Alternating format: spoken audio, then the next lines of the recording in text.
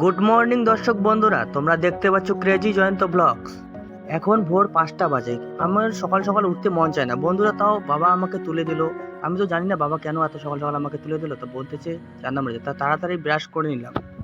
বাবা বলতেছে চল ধান বিক্রি করতে লাগবে। বাবার সাথে ধানের বস্তা তুললাম, তুলে নিয়ে গেলাম গাড়ির কাছে। আজকের ক্যামেরাম্যান কিন্তু আমার মা।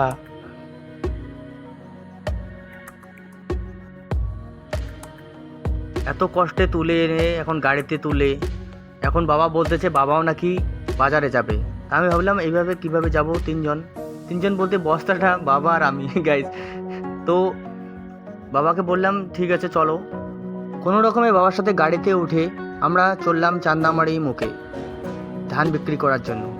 তো বন্ধুরা, আমি এই ধান কিসের জন্য বিক্রি করব, কেন বিক্রি করব, তোমরা আস্তে আস্তে দেখবা আর বুঝবা। পুরো ভিডিওটা দেখো, সব কিছুই বুঝতে পারবা।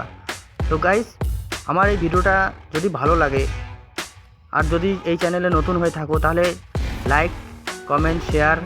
তোমরা যদি আমার ভিডিওতে লাইক কমেন্ট করো তাহলে আমি অনেক মোটিভেট হই গাইস। তো লাইক কমেন্ট করো প্লিজ, আমি আরও নতুন নতুন ভিডিও বানাবো তোমাদেরকে দেখানোর জন্য, আনন্দ দেওয়ার জন্য। কৃষকের জীবন অনেক কষ্টকর বন্ধুরা। দেখতো এত কুয়াশার মধ্যে এত সকাল সকাল 5টা এই বাইক চালা এই ঠান্ডার মধ্যে বাজারের মধ্যে যাচ্ছি। আমার তো একদম হালত খারাপ হয়ে গেছে, আমার তো অবস্থা একদম শেষ। বাবা দেখো পিছনে কীরকম করে বসে আছে একদম চুপটি করে, একদম ঠান্ডায় মনে একদম কাতর হয়ে গেছে। আমার তো একদম চুল টুল ভিজে গেছে শীতের জন্যে। তোমরা সবাই ভিডিওটাকে এনজয় করতে থাকো, আমি ডাইরেক্ট তোমাদেরকে আমি বাজারে গিয়ে দেখাচ্ছি। তো এটা আমাদের ধানের বাজার। তো আজকে বাজারে এসে দেখলাম যে পাইকার অনেক কম আসছে, তো ধানের দাম কম বলতেছে, 760 টাকা বলতেছে। যেখানে 800-900 টাকা করে বিক্রি করছিলাম ওইখানে 760-50 এরকম বলতেছে। এমনিতে এত দূর থেকে কষ্ট করে আসলাম, তার মধ্যে যদি আরও দাম কম বলে তাহলে কার মনটা না খারাপ হয়ে যায়।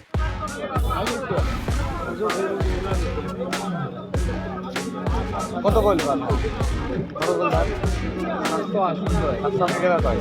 বাজার ওইরকম দেখে আমার মনটা একদম খারাপ হয়ে গেছিল, সেই জন্য আমি বাজারটা ঘুরে ঘুরে তোমাদেরকে দেখানোর চেষ্টা করছিলাম। তার মাঝখানে দেখতেছি বাবা বিক্রি করে ফেলছে। তো যেখানে বিক্রি করছে ওইখানে এখন পিছিয়ে পিছিয়ে আমিও যাইতেছি বাবার পিছিয়ে পিছিয়ে। তো দেখতেছি একদম নাপানাপি চলছে ওজন। এতগুলো ধান বিক্রি করে এই কয়েক টাকা পেলাম, তো এই কয়েক টাকা পেয়েই আমরা অনেক খুশি। এতক্ষণ থেকে তোমরা যা দেখছো এই প্লাস্টিকটা নেওয়ার জন্যই এত কিছু। তো তোমরা বুঝতে পারছো না যে আমি কেন বলতেছি এই প্লাস্টিকটা নেওয়ার জন্য। তোমরা ভিডিওটা পুরো দেখতে থাকো, তাহলে বুঝতে পারবে যে এই প্লাস্টিক কেন নিচ্ছি আর কিসের জন্য নিচ্ছি।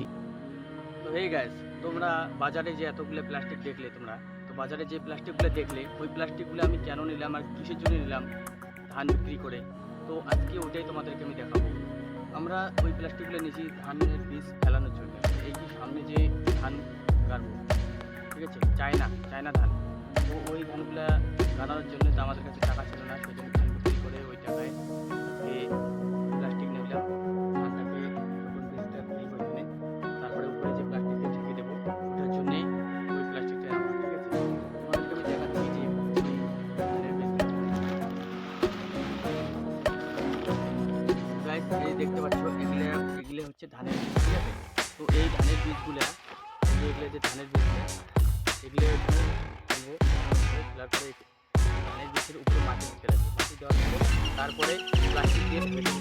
প্লাস্টিক দিয়ে ঢেকে দেওয়ার পরে কিছুদিন পরে যখন তারা বড় হবে, তারপরে এরকম একটা করে এরকম হওয়ার পরে ওই চারাগুলা গাড়বো। তো ওই জন্য ওই প্লাস্টিক দিয়ে ঢাকানোর জন্য ওই প্লাস্টিকগুলো কিনছিলাম। তো এখন এগুলোই আমি ফেলবো, ঠিক আছে। তোমরা দেখতে থাকো কীভাবে ফেলি, তোমরা দেখতে থাকো, ঠিক আছে। এখন ঝাঁটা বানাইলাম।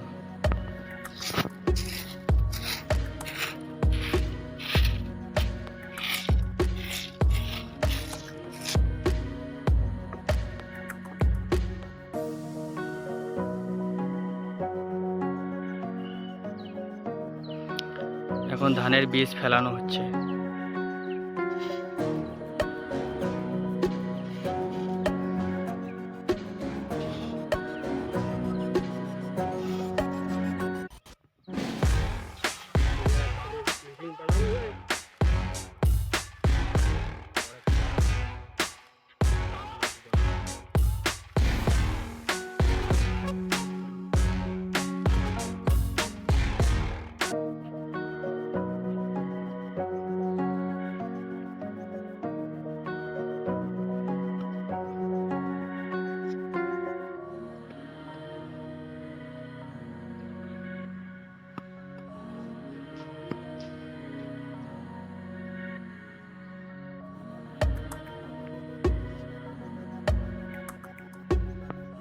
তো বন্ধুরা, যে প্লাস্টিকটার কথা বলছিলাম, দেখো ওই প্লাস্টিক দিয়ে এখন ঢেকে দেবো।